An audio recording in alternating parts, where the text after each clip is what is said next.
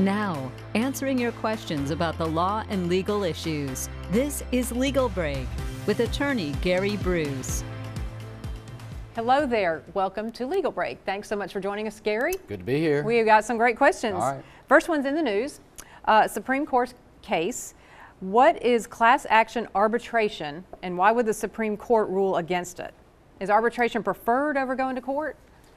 Well, it is by most companies at this point, and I think it's preferred by the Supreme Court.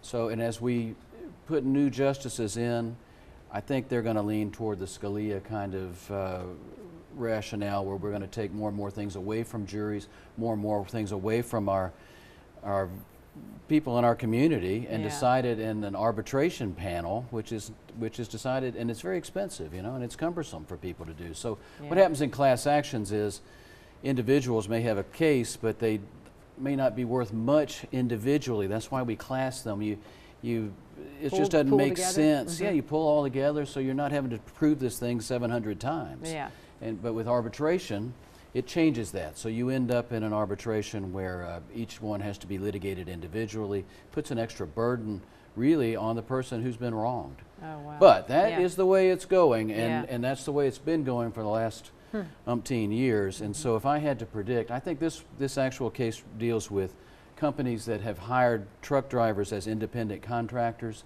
because they don't want to pay benefits and match federal withholding and that kind of thing. But they don't want to now be held to treat them like an independent contractor. They want to treat them like they were an employee under the Federal Arbitration Act, which would require arbitration. So they want their cake and eat it too. Yeah.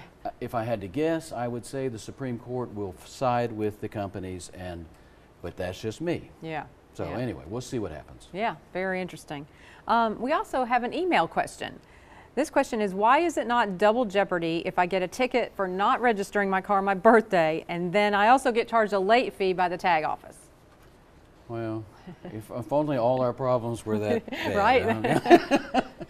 This is not hard. Well, because a fee is not a crime. Yeah. You know, there's no crime here.